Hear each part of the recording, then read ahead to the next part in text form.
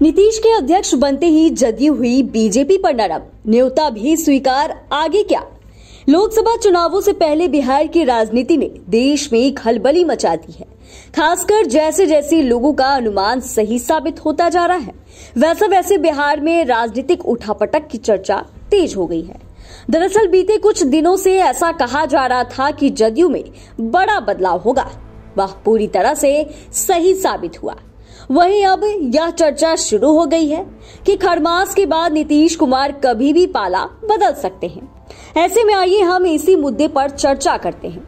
आपको बता दें कि नीतीश कुमार भले ही अपनी पार्टी के राष्ट्रीय अध्यक्ष बने हों, पर इसका असर बिहार के साथ साथ देश की राजनीति पर पड़ता हुआ नजर आ रहा है। देखें तो अचानक ही जदयू नेताओं के सुर बदल गए।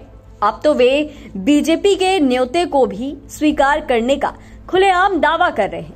यानी कि नीतीश कुमार के हाथों में जदयू की कमान आते ही पार्टी अब बीजेपी के प्रति नरम हो गई, जो इसका संकेत है कि आने वाले समय में बिहार में कुछ बड़ा हो सकता है।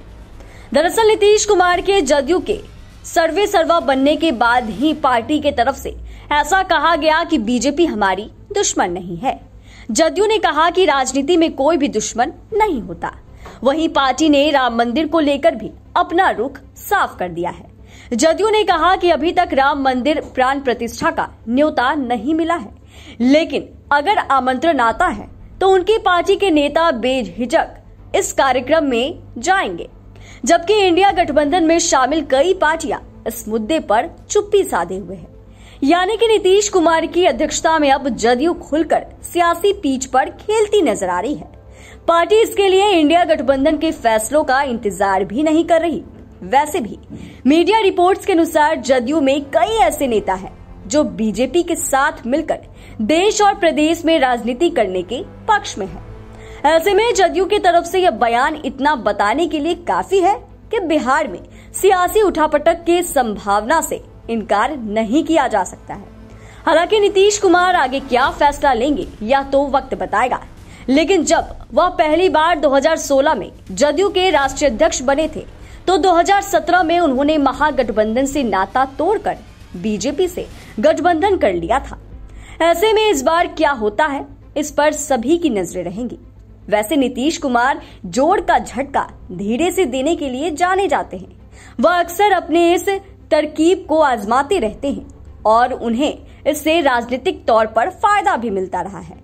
अगर मौजूदा समय की बात करें तो नीतीश कुमार को इंडिया गठबंधन में अभी तक कुछ विशेष नहीं मिला है, लेकिन पार्टी में इनके सर्वे सर्वा बनते ही जदयू ने कह दिया कि नीतीश कुमार इंडिया अलायंस में विचारों के संयोजक और पीएम है। यानी कि जदयू ने एक तरफ से इंडिया गठबंधन को इशारों में बता दिया है कि नीतीश कुमार को लेकर जल्द से जल्द कोई फैसला लें। कहीं अब फिर से इंडिया गठबंधन में उन्हें किनारे लगाने की कोशिश की गई तो फिर जदयू कोई बड़ा फैसला ले सकती है। इस तरह नीतीश कुमार के साथ साथ उनकी पार्टी ने इंडिया गठबंधन को एहसास कराना शुरू कर दिया है कि अगर जदयू ने एक कदम आगे बढ़ा लिया तो उनके सपनों पर पानी फिर सकता है। इसके बाद विपक्षी खेमे के पास ना तो बिहार रह पाएगा और ना ही दिल्ली। जदयू ने एक तरह से संकेत दिया है कि उन्हें बीजेपी से कोई विशेष दिक्कत नहीं है।